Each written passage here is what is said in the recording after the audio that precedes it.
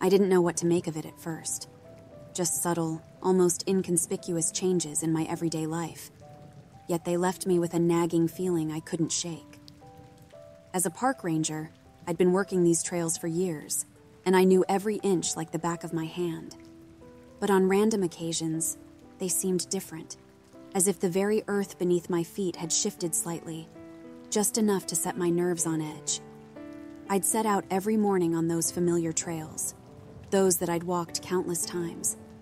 But every so often, something was off.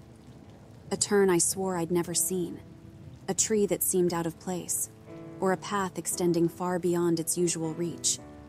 It was disorienting, as if the very fabric of the park was shifting when I wasn't looking. Looking back, I still can't recall when exactly it all began, and I don't consider myself paranoid. But in hindsight, I have to wonder if a little of that could have changed anything for the better. After all, in my time I had seen plenty of what the uninitiated might consider odd, even bizarre. People would go missing sometimes, hikers getting lost or venturing too close to a ravine. One or two others I could remember were never found.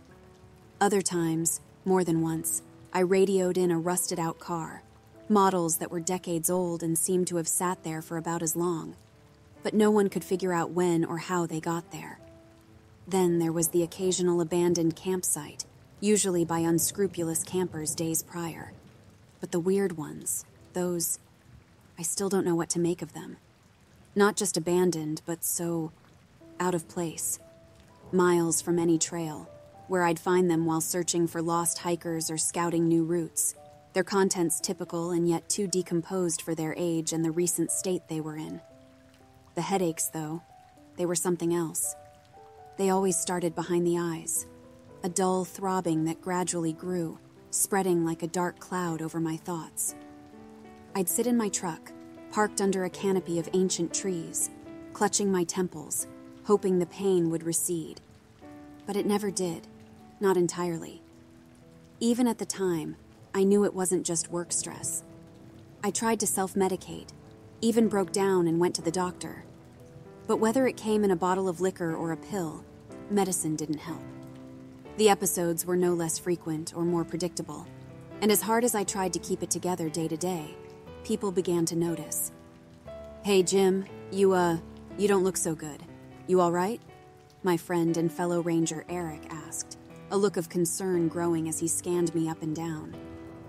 "Yeah, fine," I sighed. "Just a headache." "You sure? You don't have to come with me today," he said. "I'm not even sure what I'm looking for up there anyway, but they were last seen in the area a few days ago when they ran into those kayakers we interviewed. So I'm just going to make a pass and see if there's anything to it. But right now we can't even locate the car they came with. Mary, over at the lodge, told me they'd checked out already. Could be they just left without telling anyone their plans." "Nah," I groaned, rising to my feet. The lady who called it in, someone's mother, she sounded pretty distraught. She swore they were supposed to be back home by yesterday morning at the latest. "I'll be fine." "Suit yourself," Eric replied. "There's some aspirin in the truck if you need it. I want to be back before dark. No sense wandering around out there when we can't see anything without the mag lights." I nodded, willing myself to the door with whatever coffee I had left in my system.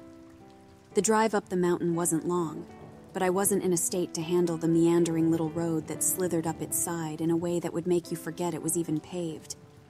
By the time I climbed out and looked around, I had a fair bit of nausea to add to the throbbing pain in my head. "All right," Eric announced, spreading a well-worn map of the park over the hood of the truck as if it were a canvas. He began tracing his finger back and forth through foot trails that crawled out like spider veins from the main road where we'd stopped. "The kayakers said they ran into our missing hikers somewhere along the trail here. Far as they could tell, they weren't in any distress, and they were headed this way. If they were coming in this direction, shouldn't their car have been somewhere nearby?" I interjected. "All these trails near the river converge in a few places between here and there." "Could be," said Eric, "unless they made it to the car and went somewhere else. I'm going to head northeast toward the river and then follow it to the bridge along the main road." I want you to check the area around these trails here in the other direction. If you can't make it to Eagle Point within the next few hours, turn back so we can make sure to meet back at the truck before dark. Keep your radio on and let me know if you see anything unusual." "Sure," I responded. "Shouldn't we bring in search and rescue?" "I can't justify it without at least doing a thorough sweep ourselves first," Eric lamented. "Right now, we can't even say for certain they're still in the park, and if we can find anything to narrow down the search area further, they're gonna want that information." I nodded, grabbing my pack from the back of the truck and slinging it over my shoulder as I turned toward the path that led down into the woods. "I'll keep you posted. Anything else I should know?" I asked. "Sounds good. You know as much as I do," Eric replied. "Thanks for your help, Jim." It didn't take long for me to lose sight of Eric and the truck as we went our separate ways. The area was vaguely familiar to me, though I couldn't remember if I'd ever taken this particular trail before. Occasionally, I ventured into a clearing or animal track to check for trash, gear, blood, anything that might indicate a human being had recently been there. Nevertheless, I couldn't shake the feeling Eric was right about the couple I was looking for. Maybe they really did just leave. If they were missing, who's to say they weren't stranded somewhere along the old highway leading out of the mountains and back to civilization, where the state police should be searching for them? I mean, we had reported the case as soon as it came in, but as far as the cops knew, there's no sign they'd returned from the park. My thoughts were interrupted by streams of light penetrating the dense forest.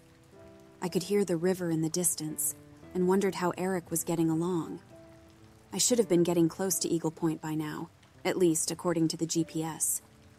But something was off. The trees themselves began to take on a spectral quality. Their leaves shimmered with an eerie, unnatural light, like a translucent veil concealing a hidden world. I stumbled upon an ancient, gnarled trunk, its bark festooned with grotesque shapes that seemed to pulse and writhe. The vegetation around it was unlike anything I'd ever seen before. I can best describe it as both dead and alive, a grotesque mockery of nature. It was then I realized I couldn't hear anything. No birds, no insects, not even the wind. The silence was so heavy it felt suffocating. My head was pounding ruthlessly, and I regretted not bringing the painkillers from the truck. As I took a swig of water and steadied myself against the monstrosity, I looked behind me toward the trail and stopped in my tracks. The uncanny, ethereal landscape seemed to stretch for miles in all directions. Even in the state I was, I knew I couldn't have gone that far from the trail. I checked the GPS again, and sure enough, it indicated I was more or less where I expected to be. Still, I couldn't recognize any of the ground I had just traversed. Apart from turning around and walking back the way I was sure I'd come, I couldn't tell which way the trail could be. I sighed in pain and bewilderment, reaching for my radio. I gritted my teeth and pressed the button on the side, not just because my head was killing me by now, but because I could hardly believe I'd made such a rookie mistake. "Eric, it's Jim. Come in." Static. "Eric, it's Jim. I'm somewhere close to Eagle Point off trail, and I think I need help. Do you copy?" Static. A flash of anger and helplessness took hold of me as I thought of Eric reminding me to keep my radio on. There was no way we had time to get out of range, at least not on foot, even if I wasn't where I thought I was. I called again and got nothing. Though it didn't seem to be getting dark yet, I knew I needed to start now if I wanted to get back before then. Relying on the GPS, I retraced my steps, but the closer it indicated I was getting to the trail, the less I recognized my surroundings. The ground felt strange beneath my feet as I walked, like it was absorbing the sounds of my footsteps. The unsettling dread of this place was unlike anything I'd ever felt before. It wasn't just the barrenness, the absence of wildlife, or the oppressive stillness. I'd gotten turned around and lost in the past for brief periods while hiking alone, but that had only happened when I was much further off trail than I was supposed to be now. None of this made any sense. It was as if this patch of land existed in a reality of its own, governed by its own rules, unknown and malevolent. Sure enough, the The GPS soon showed my location as nearly right on top of where the trail was supposed to be. But as I looked around, suppressing the fear growing inside my chest, I might as well have been 100 miles away. I kept trying Eric on the radio, with the same result as before. It should have been getting darker by now, and I should have been well on my way back to the truck, where I was sure Eric would be waiting before long. But nothing was as it should be. I sat down on a boulder that looked like it was being consumed by some kind of blackish, veiny growth that reached down into the soil, exhausted and dizzy, hunger pangs joining the pulsating blows inside my head. If I didn't figure out what the hell was going on soon, I'd have to confront the reality of spending the night alone, lost in this alien place. Then I saw it. Not more than 50 feet away, stashed in a clearing that was nowhere near any discernible path, was a blue mid-size SUV, matching the description of the vehicle that belonged to the missing couple. How could I have missed that on my first pass through here? I rose cautiously, trying to figure out how it was possible for any vehicle to have made it out to wherever this was, let alone without leaving behind any apparent tracks or even disturbance to the surroundings. I checked the GPS again and saw I was supposedly near the main road, not far from where we'd left the truck. I yanked the radio off my belt. "Eric, come in. It's Jim. I think I found it. I think I found their car. Do you copy?" Static again. "Eric, come in. It's Jim. Please, I took my finger off the button and cursed under my breath. Useless. I resolved to check it out for myself. Maybe I could figure out where they went. More importantly, I might be able to at least drive it back to the road and find the truck, in the off chance they left a key. But the closer I got, the more confused I felt. The missing hikers were last seen just days ago, and they hadn't arrived at the park more than a few days before that. Yet what I was seeing looked as though it had been left there for months, maybe even years. I slowed, fairly certain this wasn't what I thought it was. But as I closed the gap, I could see the plates matched their car.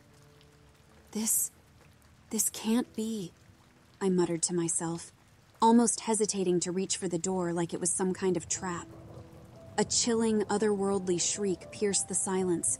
So suddenly my whole body flinched and I fell down in shock. It was a high-pitched, inhuman wail that somehow managed to penetrate the draconian calm, reverberating through the forest like a bell.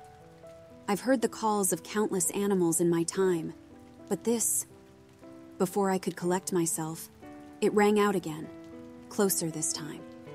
My head throbbed harder than ever, and I was overcome by inescapable vertigo. My symptoms intensified as whatever this thing was closed in. I clawed my way towards the car, raised myself up to the handle of the rear passenger door, and threw myself inside.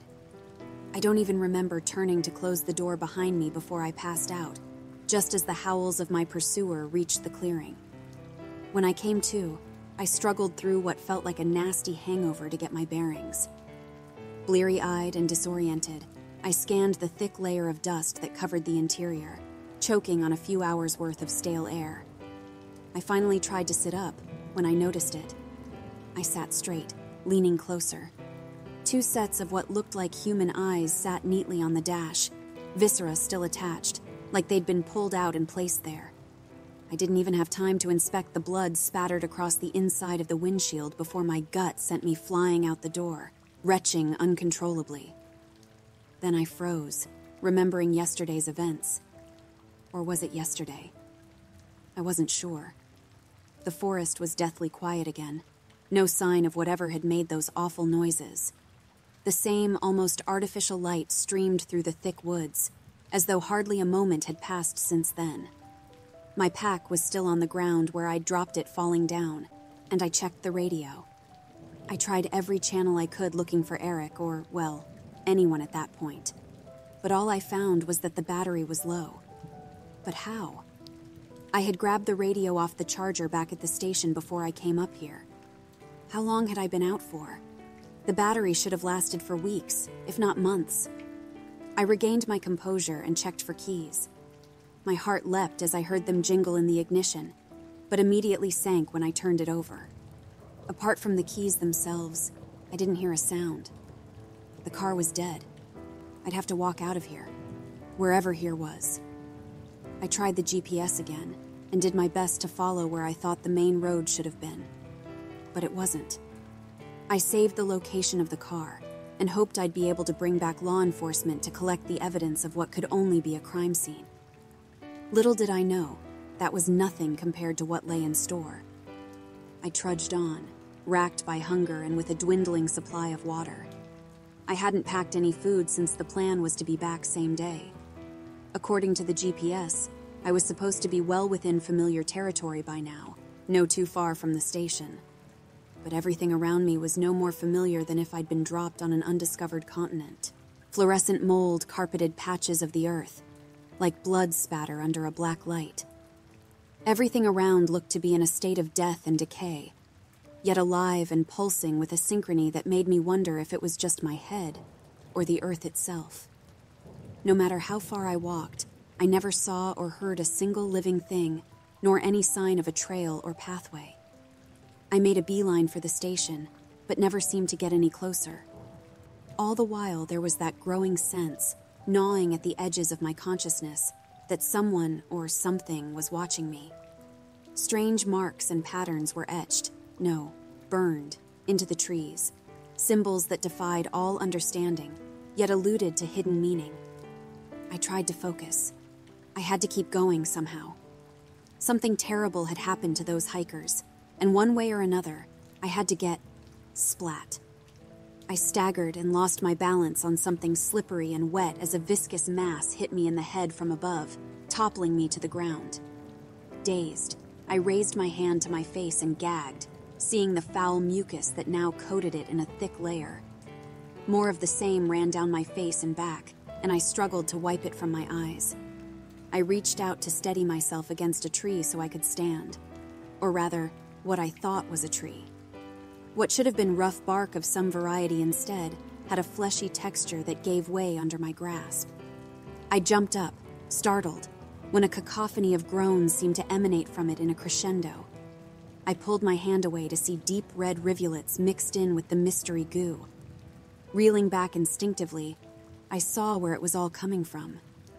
This tree was more like a profane amalgamation of what looked like human body parts, twisted and smashed together into something like a tree.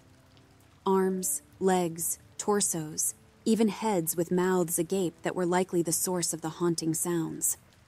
The disgusting mass seemed to recoil in kind, sending even more of the mucus oozing off its branches and down the trunk I had just leaned on. I stumbled over a small, square object that slapped wet against the mossy, fleshy surface of the ground and contrasted with its fluorescence. A wallet? I bent to pick it up and could just make out the name on the ID inside. It belonged to one of the missing hikers. I choked down bile as the implications sent my stomach heaving all over again. In my state of shock, only one thought kept running through my mind. I've got to get out of here. Hoisting my pack higher towards my shoulders, I grasped the straps and started running. I didn't know where to or how long I could keep it up, but everything I was seeing, what I could process of it anyway, told me I had to. Miscellaneous belongings were scattered all around. Backpacks, sleeping bags, tents, old cameras, trash, food, even a steering wheel and a tire, all in various stages of decay, littered my path as I ducked and dodged unimaginable horrors, like the tree that wasn't a tree. Pools of blood-red liquid, creeping, writhing viscera, bushes of blinking eyes, and shrubs composed of what appeared to be antlers, fur, and rotting meat greeted me at every turn. The pain in my chest grew harder to ignore with each step, and my pounding head sapped any strength I might have had. My pack grew heavier and I slowed. I eventually collapsed to the ground in surrender as the load slid off, thudding on the ground behind me. The forest floor felt warm and inviting against my face as it sunk in like a pillow. The cadence of its haphazardly fluorescent covering seemed to hold my body in place as I willed it to move. The harder I tried, the faster my strength seemed to drain from me in waves of drowsy oblivion.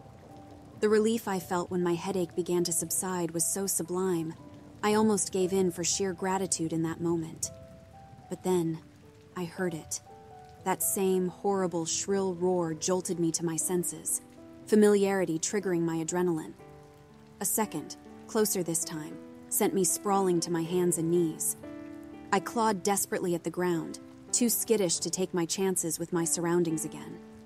By the time the third rang out and picked up its cadence, I made it to my feet, running as fast as I could. I didn't stop to think about my pack or the fact I was fleeing my only source of supplies. I didn't think about my burning legs or even the throbbing ache that returned to my head as I sucked in ragged breaths. I just ran for my life. I fled that god-awful noise with everything I had left in me, and yet it seemed to grow closer and closer, just like the first time I heard it. There was nowhere to turn, no path or car or anything I dare try to hide in. Fear forced me forward, hopping over and around monstrosities that barely registered at this point. Just when the howls reached their deafening zenith, and the eyes I could swear were boring into the back of my skull told me it's over, I turned to look at my pursuer. Maybe it was a reflex I could no longer stifle. Perhaps I instinctively turned to fight when I thought I was going to die. Crash. Before I had a chance to find out, I found myself tumbling head over heels as blinding light spun into green grass, over and over in my field of view. I landed flat on my back, knocking the wind out of myself as I stared up at the most beautiful blue sky I'd ever seen. I lay there, stunned, afraid to move, afraid to think. The eerie, grim silence was replaced by birds singing from the tree line. The wind gently swept through the green grass at the bottom of the hill where I'd ended up somehow, where insects chirped and hummed. I rolled to my side, searching frantically for whatever had been chasing me. I looked all around, but just like the last time, whatever it was had suddenly vanished, as quickly as it had appeared. With the immediate threat apparently gone, my body rudely reminded me of its condition. I hurt everywhere, and something was wrong with my skin, besides minor cuts and bruises. It was different. Dried, almost leathery, cracked and looser in places it shouldn't be. I felt more than exhausted, drained. Though my usual headache had dulled for the most part, I still struggled to get to my feet. When I'd steadied myself enough to notice the ranger station in the distance, I couldn't have jumped for joy if I'd wanted to. All I could do was start walking. Slowly, painfully, but determined to get to safety at last. I looked behind me where I'd crash-landed from, but it might as well have been the moon. From where I stood, there was no sign of anything like what I'd just gone through for what seemed like at least a day or so. Were it not for the intensity of my hunger and thirst, or the dried goop still stuck to my tattered uniform, I could have doubted it myself. All I knew for certain was that I could see the ranger station up ahead. But hope turned to rage when I saw Eric's truck parked out front. He had left me there. What else could it mean? To think he didn't even bother to stay and look for me. That had to be the reason I didn't find the truck or any sign of him when I came back. But why hadn't he answered me on the radio? Was this some kind of sick joke? I threw open the door to see Eric, sat at his desk, mouth ajar, and color draining from his face. What the... Oh God. Oh my God, Jim. Is that you? How in the... Where? Eric stammered, visibly shaking as he stood from his chair. He met me across the floor, tentatively, like he wasn't too sure whether I was a ghost. I wound up to punch him square in the mouth, but only succeeded in knocking myself off balance as my useless body crashed again in a heap. He awkwardly clutched my arms to arrest my collapse, hoisting me into the chair behind me. All right. Hey, easy now, Jim. It's me. It's Eric. I know damn well who it is, I shot back. You left me. Jim, just take it easy. You've been through a lot, clearly. Are you, well, hurt? Eric asked reassuringly. Am I hurt? I chuckled with indignant mockery. Am I hurt? Well, let's see. First, there was the fact you never once answered me on the radio after you reminded me to keep it on for exactly that purpose. Or even came looking for me while I wandered around with no food and barely any water for hours, maybe even a couple days. I don't know. No. You just hopped in the truck and ditched me there because there were so many more important things to do sitting around here. I raged, gesticulating as wildly as my frail frame would allow. Jim, buddy, here. Eric interrupted himself, handing me a bottle of water. My pride couldn't hide the desperation, my hands shaking uncontrollably, raising the bottle to my lips. I gulped greedy mouthfuls as he continued, trying to hide the look of pity and disgust on his face. I can call an ambulance, but they'll take a couple hours to get up here. Let me at least drive you to the visitor's center before they close. That way you can get checked out at the clinic and wait there. No, I spat between gasps. I don't need your help anymore. I quit, and I'm suing you in this whole damn place. You left me there to die. Now, Jim, just calm down. Please, really, Eric pleaded, handing me some jerky and trail mix from the cabinet. When you didn't come back before dark, I called it in and set off searching for you myself. For hours. We had people up there scouring the woods. All the other rangers, Jack, Holly, Barb, everyone. Search and rescue, even some volunteers. We scoured the woods for days and even nights. Honestly, do you really think I would just abandon you like that? Yeah, right, I retorted, though food and water had settled my anger considerably. There's no way in hell you did all that before I walked back here on my own. Lying just makes it worse. Jim, Eric protested. I'm not saying I don't believe you, but are you sure you're remembering right? I scoffed. Don't try to turn this around on me, you crazy bastard. It's too late. I survived. I'm back. Jim, Eric said again. You've been missing for 3 weeks. A little over, actually. That's impossible, I shouted, and tried to raise myself from the chair, some strength finally returning. But Eric cut me off. My friend, Eric said. How long have we known each other? How many years? Do you really think I would do all this to you? For what? Come on now. You're probably delirious after what you've been through. I muttered under my breath, readying another salvo, but he continued sighing. Look, if you don't want to go to the hospital right now, we can talk it out. But you need to rest at least. Eat and drink some. I'm sure you know that as well as I do. I don't need a damn wet nurse. I said, you have no idea what's out there. What I've seen. People are in danger. I found the car, Eric. Oh God, their car. Their eyes. We have to do something. Jim, please, Eric interjected. Tell you what, I'll make you a deal. It'll be dark soon. I'll put a fire on. You can help yourself to some more food and water and tell me all about it. Then, you'll let me drive you to the visitor's center. From there, you can decide if you're okay to drive home or to a doctor. I resented being treated like some kid who got sick at school, but I reluctantly agreed, convinced by my aching exhaustion. As he set about lighting the stove, I spilled everything. Getting lost, calling him on the radio, finding the car, being chased by that howling, monstrous creature. I left out most of what I could remember about trees made from missing campers, or shrubs from unfortunate wildlife. I skipped over the inescapable feeling that, whatever that place was, it was something unnatural, profane. Eric doubted my mental and physical health as it was, and I was in no mood to take a trip to the hospital on a ranger's salary. I focused on the timeline, certain there was no way I could have been gone, let alone survived out there for 3 weeks. I showed Eric the spot saved on the GPS where I'd found the car, and he agreed to go take a look at it the next day. But he sounded more non-committal than what I anticipated, having told him about the body parts on the dash. I finally stood to stretch my legs and thought about heading over to the couch for the night instead of going back out into the frosty autumn evening when I caught a glimpse of my reflection in the window. I rubbed my face, wondering if the sagging, grayed visage before me was some injury or a cruel trick of the light. Hey, where you going? Eric asked, surprised to see me hurrying to the washroom. Wait a minute, Jim, he called after me as I reached the mirror. An involuntary cry of terror and disbelief escaped me. My face, my body, all of me looked so much older. Middle-aged as I was used to seeing a few new grays or the occasional wrinkle appear overnight. But this was different.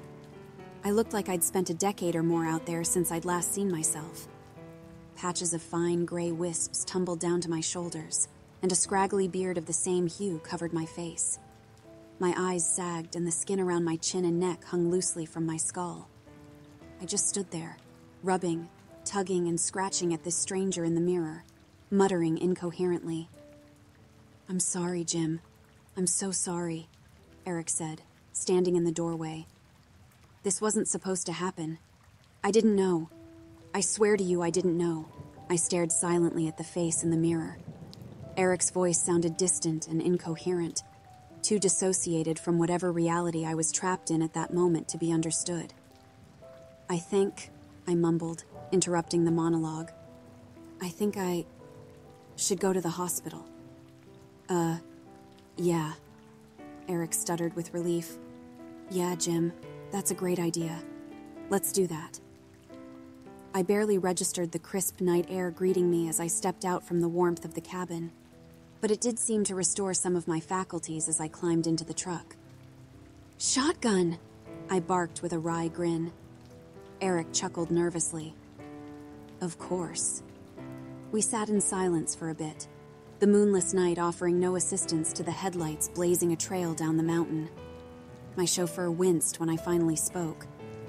"So, how long have you known about this?" I stared across the cab, watching him rub the back of his neck like it was a magic lamp with the answer he was looking for. "No more BS. Just tell me what you know." "Well, it's like I was saying," he began. "I had always heard stories, but this was back then, you know. I was just starting out before I ever thought about running things around here. The guy who was at the time, I forget his name, he was the one telling them. Swore he saw things out in the woods, things that shouldn't be there. Not litter or abandoned pets, but something." "I know," I interjected flatly. "Who else knows? How long? Jesse? Frank? Lisa?" "No, nothing like that," Eric insisted. "It was just stories, and it was before even your time with us. I told you I didn't know anything like that was really out there. How could I scoffed. "Is my face just a story too?" Awkward silence resumed until the silhouette of the visitors' center emerged from the roadside. "Just drop me at my truck," I said. "I can drive myself." "Jim, come on," Eric said. "I said I'm sorry. It's not about that." I interrupted. "I just need to clear my head." After some resistance, he relented, pulling into the parking lot. "I'll let the others know you're in the hospital tomorrow when we regroup from the other stations," he called after me as I stepped out. I turned to face him. "Yep, I don't think I'm going to make it in, boss," I jabbed, closing the door. "Are you going to tell them what happened?" Eric glanced down, hesitating. Yeah. You rest up and let me know how you're getting along. We can talk about disability insurance to hold you over the rest of the season, if the doctor recommends that route. I don't think there's any reason to rush things." "People have to know," I responded. "They've got to close the park, Eric. At least for a while. You know that. Convince whoever you have to. Whatever's out there is beyond dangerous." "I'll handle it. You have my word," he assured me. "Good night, Jim." With that, he turned and headed back in the direction of the park. Alone with my thoughts again, I wondered how my boss could manage to be so nonchalant about what happened. Even if he still didn't believe a word I said, there was no denying my impossibly deteriorated physical state. And what about my coworkers? The more I thought about it, the less it made sense. By the time I made it to the hospital, I thought about continuing the rest of the way home. Whether I'd really been missing for days or weeks, I hadn't slept since passing out in the car that belonged to the missing hikers. I reasoned I shouldn't be driving alone, at night, sleep-deprived and possibly injured or sick. In the end, I decided Eric wouldn't let me come back to work if I didn't get checked out, and I very well could need medical attention. At first, I was pleasantly surprised to see the deserted parking lot as I pulled in. Hopefully it meant whoever was on call wouldn't take too long to have a look at me. Even now, I still kick myself for not being at least a little suspicious, especially after everything I'd been through. As I walked through the automatic doors, the sound of my footsteps echoed through an empty room, breaking the eerie silence.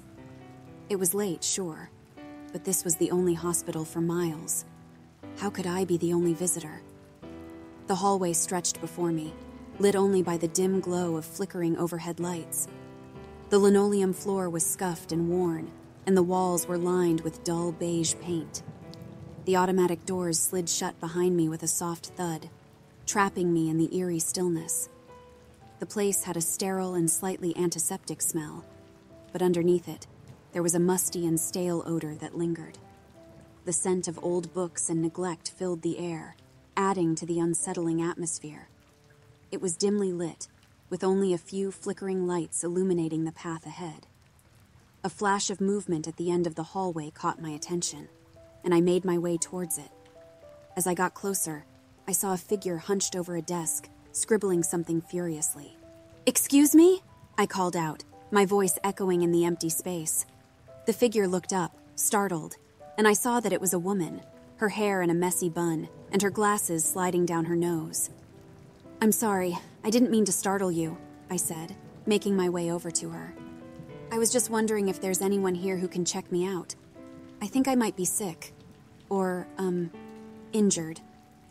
The woman looked me up and down, taking in my ragged appearance. "Take this and have a seat," she said finally, the gravel in her voice betraying what I assumed to be a prolific smoking habit. "Someone will be with you shortly." She handed me a clipboard and a pen that looked as worn out as the yellowed intake forms. "Thanks," I responded, sighing. I knew I should have just gone home. I turned to survey a room of empty chairs, their stale fabric accented by an aged turquoise hue. "Do you know about how long it'll be?" I asked. "Where the hell is everyone?" She didn't even look up. "Sir, you need to take a seat and fill that out like everyone else. Someone will be with you shortly." "Got it," I responded, rolling my eyes and motioning towards the empty waiting area. "Just like everyone else." I took the clipboard and pen and made my way to the chairs. As I sat down, I glanced over the form. It didn't take long for the lines to blur together as the throbbing behind my eyes returned with a vengeance. I swore under my breath. "Ma'am, I really don't feel well. Is there someone? Anyone?" No response. I set the paperwork down in defeat, the distant scratching sound of the woman's furious scribbles continuing unabated. As I waited, I felt my eyelids getting heavier. The exhaustion was finally catching up to me. I tried to fight it, but my body had other plans, and soon enough, I drifted off. I don't know how much time passed before I felt wads of paper periodically thudding against my face, like an improvised alarm clock. "Rise and shine," another voice said. I opened my eyes to see my intake forms scattered around me on the floor in crumpled bits. I sat up, groggily rubbing my eyes and trying to make sense of what was happening. The woman from the front desk was nowhere in sight, and instead, I was met with the sight of a tall, lanky man standing before me in a hospital gown. He had a mop of greasy salt and pepper hair to match his beard, and I couldn't tell if it was curly or just matted, his eyes hidden behind a pair of sunglasses. "Who are you?" I asked, feeling a sense of unease wash over me. The man chuckled, his voice laced with amusement. "Relax, buddy. I'm just here to check up on you. You looked like you needed some help." I narrowed my eyes, feeling my pulse quicken. This didn't feel right, and I didn't know what to do. "Listen, I appreciate the concern," I said, slowly getting to my feet. "But unless you're staff, I think I'll just head home." Wherever that receptionist went, she was apparently full of it. The man's expression changed, fear rising in his voice. "You mean, you've seen her?" "Yeah," I said. "She checked me in, or at least she was going to until—" Wait, the stranger interrupted, getting a little too close. "You mean to tell me you've seen an older woman sitting there scrawling on a notepad?" he asked, pointing at the desk. "Yes," I answered, exasperated. "I don't know how old she is. I came in tonight, or was it last night by now? Anyway, she was the only one here for some reason, so I asked her to see a doctor. She told me—" She spoke to you?" My pursuer interjected again as I headed for the doors. "Yep," I replied, picking up my pace. "I assume that's, her job?" She asked me to fill out those forms you so kindly trashed. He stopped. You must be something special, he said, giggling in a way that convinced me I was making the right decision.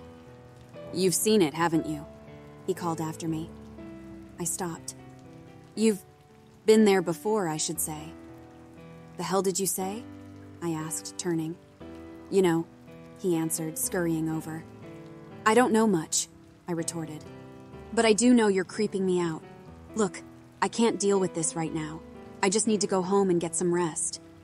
Rest? He snickered. You won't be resting anytime soon, my friend. Not when you've seen what you've seen. As he moved close again. Too close. I could smell the stench of alcohol and decay on his breath. The situation was getting out of hand, and I needed to get out of there fast. I tried to push past him, but he grabbed me by the shoulders, his grip tightening. You need to tell me everything, he demanded, his voice growing more and more frantic. What did you see? Did you see it? How did you get away? My mind raced with far more questions than answers. I had no idea what he was talking about, and I didn't want to stick around to find out. I mustered all of my strength and shoved him away, stumbling back towards the glass doors. I don't know, I yelled, and I don't want to know. I just want to leave.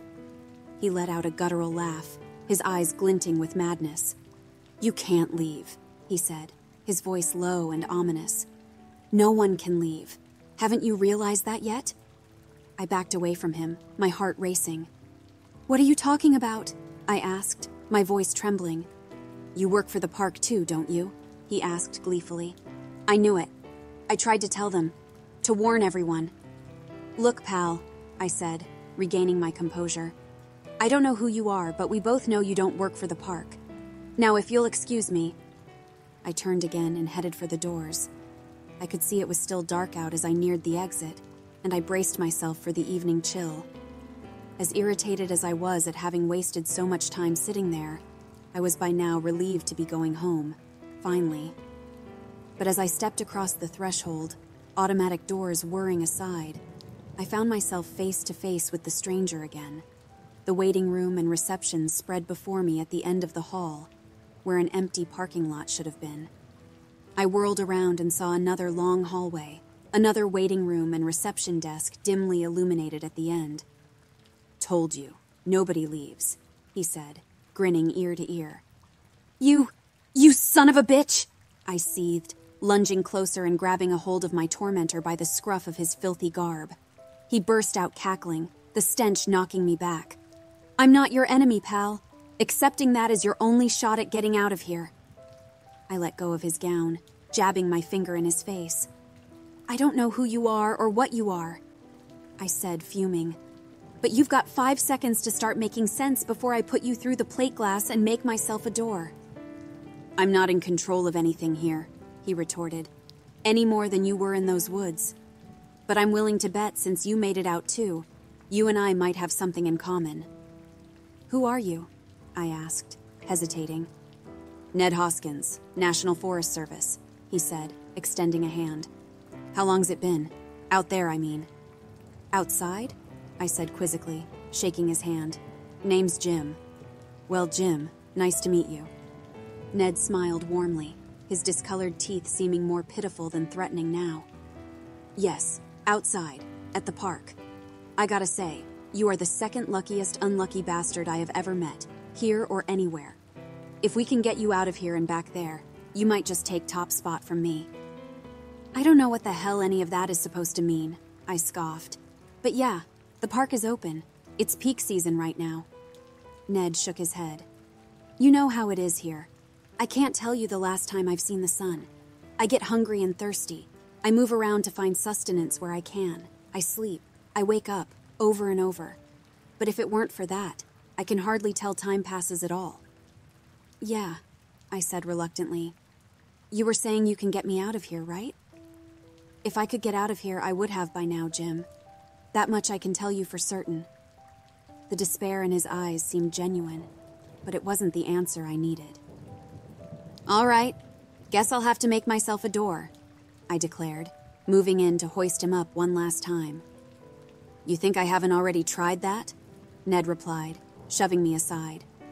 You think I haven't thrown myself and anything else I can lift through those floor-to-ceiling windows over there before? To escape, to end it all, or just to see what happens? Go right ahead and do it. You can't do any worse than this. He yanked open the hole in the side of his tattered hospital gown and showed me a jagged scar extending from under his arm on down, nearly to his torso. However tough you think you are, you can't launch me at any wall here that I haven't tried harder myself. I frowned, scanning the room, searching for any other exit. Nothing. As far as I could tell, the corridors leading out only led to more of the same. I opened my mouth to speak, but before I could utter a word, Ned continued. I had just transferred in from another park not too long before the headaches started. I didn't think anything of it at first, let alone whether they had any connection to the strange disappearances. Not too many more than typical, I would say, but enough to make you wonder. As new management, I just wanted to give a good impression to the team and not make too many waves. But eventually, you know, he trailed off. It all feels so long ago now. The first time it found me out there, I didn't even realize what was happening until I made it out. I kept thinking I was just imagining it, or that maybe I was losing my mind, but I could always feel this pull, calling me back. I'm not sure I follow, I ventured. This, Ned cried, gesticulating. I stared at him for a moment, resigning myself. I sauntered back to the nearest chair and crashed down in a heap, heaving a sigh. I'm trying to keep it together here, I said finally, lifting my head from my hands. What do you know about all this? You said you work for the park? I've worked there for years. Never seen you before in my life. Eric's never mentioned you either, and he's... What did you just say?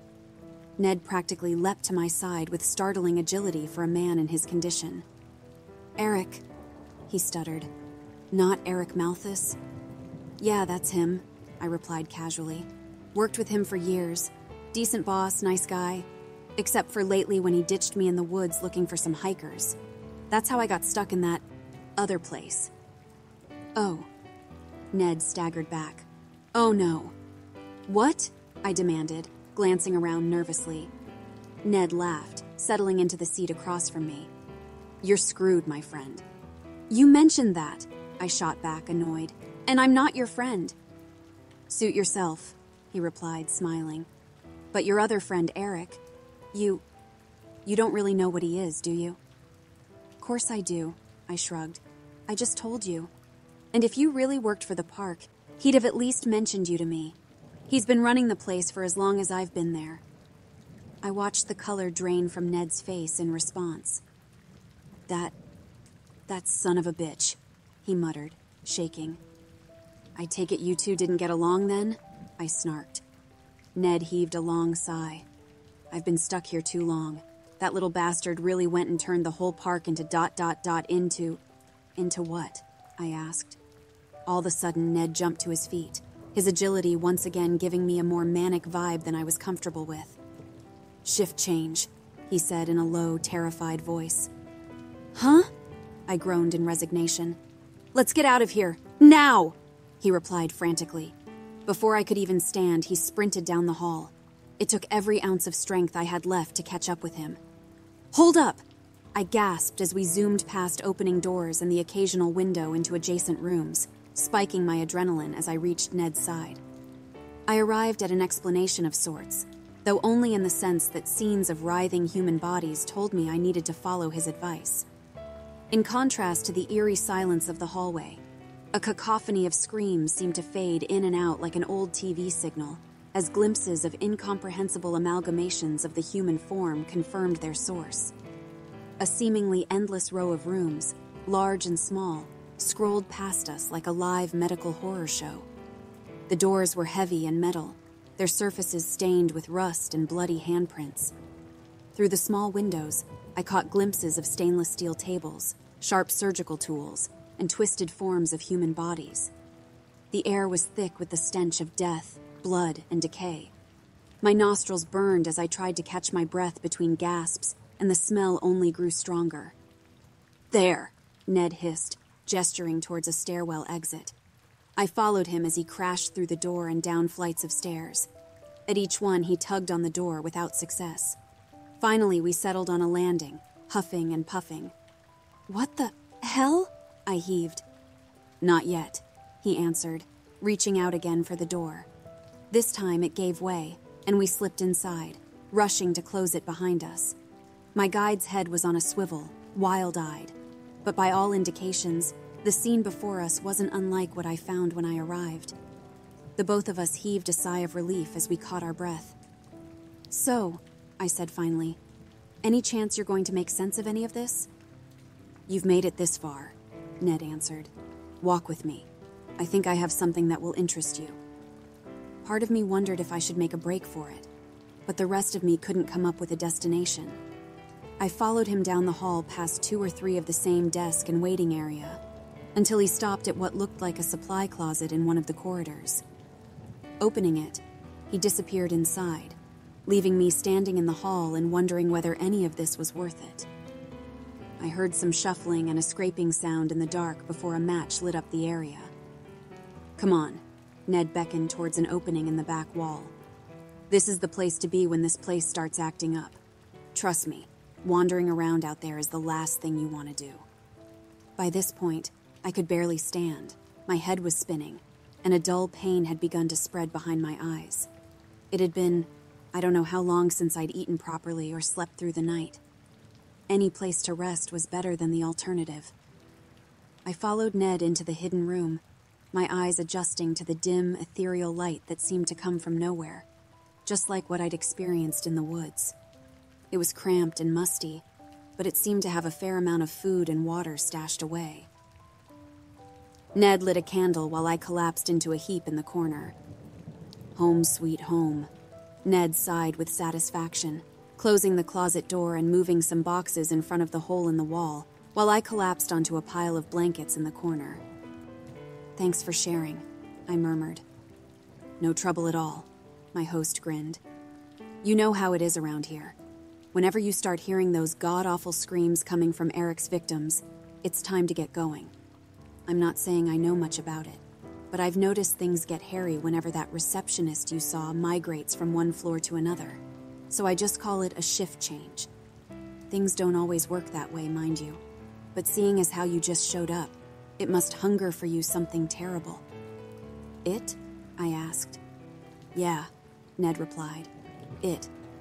When I was still running things at the park, Eric was just a snot-nosed trainee, always acting like he had something to prove from the get-go. Tried to tell me and the other rangers what's what all the time, even when he didn't know what he was talking about. That's when this whole mess started.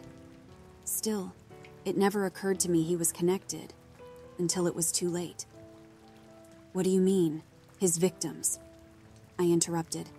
"Those people, and the missing people in the woods." "Correct," Ned continued. "I can't say for sure whether Eric lured every missing hiker, every lost camper to their doom, the way he did you and I. But I can tell you right now he's a sick, twisted man who's responsible for what you saw up there." "Lured me?" I raised an eyebrow. "Nah, he had crews out there looking for me for weeks. He told me so himself. I mean, if the goal was to make me like them, why send me here on my own?" "I don't know you," he interjected, "and I don't know your story. But based on my experience with your friend, let me ask you which version makes more sense. That your boss, the guy who's been managing things for as long as you've been there, had no idea a cancerous malevolence spawned by an ancient evil existed right under his nose, found out only after you went missing and survived, dismissed your concerns and just so happened to send you right back into it, here at this hospital all by accident? Or could it be your friend isn't who he says he is? That he's an evil megalomaniac who lured a bunch of us out into the woods like sacrificial animals to trade for his own purposes? After he failed to seal my fate, unlike the others, he doubled down, insisting I spread the rot like a sickness to the nearest hospital, under the auspices of getting me treatment. I stared at him for a moment. "I drove myself here," was all I could muster. "Then you are unlucky twice over," he chuckled. "I don't know why some people People like us, I suppose, come across it and live to tell the story. Maybe it's dumb luck, ironically. But now that I've met you, I'm more certain than ever it can't be. I'm telling you this because if there's any chance you make it out of here, you're the only one who can stop him. Stop all this, Ned implored, motioning towards the door. For a while, I didn't say anything at all, partly due to exhaustion, partly because I was even more unsure of Ned's mental stability. After all, who knows how long he'd been trapped in this place? It'd be more than enough to make anyone lose it. Still, though, I couldn't help myself. If there was any way for me to get out, I had to know more. What does the park have to do with this hospital? I asked. What does anything Eric is doing in the park have to do with you getting stuck here? Well, like I said, I think I might have something that interests you, he replied, pulling a tattered notebook out of a box. It was worn and frayed with years of use, the cover wrinkled and faded. As he held it out to me, the pages shifted and threatened to fall out. The musty smell of old paper and mildew made me wonder if I could stand to be interested in it to begin with. All guesswork, of course, he shrugged. But I've had nothing to do but think about how I got here and how to get out. If there's a way, I've tried it. But it might give you some of the answers you're looking for. The place wasn't like this when I got here, and I can't recall now when things began to change. I checked myself in, same as you did. Spent a couple days being evaluated after everything it does to you. He pointed at his face and I shuddered, remembering the first time I'd seen myself in the mirror since finding my way back.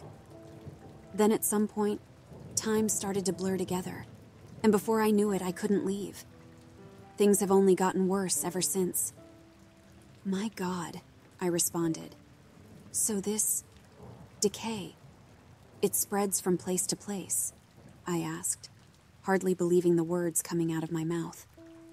That's the best way I can describe it, yeah, he nodded. Even if you manage to escape, you should be careful where you spend your time. I think once you've been touched, so to speak, it stays with you. I've only seen the entity at the center of all this once, when Eric insisted we all head out there into the woods together looking for missing people. Difficult to describe. The body of a man, the head of a dog, or maybe a goat. I remember hooves, sharp teeth, fur. Something like a twisted avatar of nature itself. I couldn't get a good look at it before I passed out from those splitting headaches you get. By the time I came to, the creature was gone and Eric had found me. Even after he drove me here to the hospital and for a good while longer, I still thought he'd saved my life. You showing up now just confirms my suspicions. He must be feeding it. This monster of yours, I ventured. It eats people? And the people I found in the woods, the people upstairs. What about them? That's not what I mean, Ned paused. I mean to say, the madness of the void rots more than the mind and body. The world around us, too. What if this thing, camped out there in the woods, is spreading it somehow? Feeding off of it? That doesn't make any sense, I sighed. But I'm sorry you've been stuck here for so long.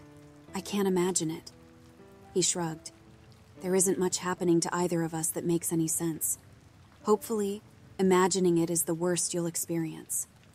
With that, my bizarre new acquaintance simply turned and lay down to sleep, without another word. I stifled a chuckle and looked down at the tattered notebook. My mind raced, and yet I was near passing out myself. I had yet to learn anything that might help me escape. Part of me was screaming to get back out there and find a way out before Ned woke up and decided I was the one behind his predicament after all. But physically, I couldn't resist the urge to sleep much longer. I decided to compromise and take a look at the notebook.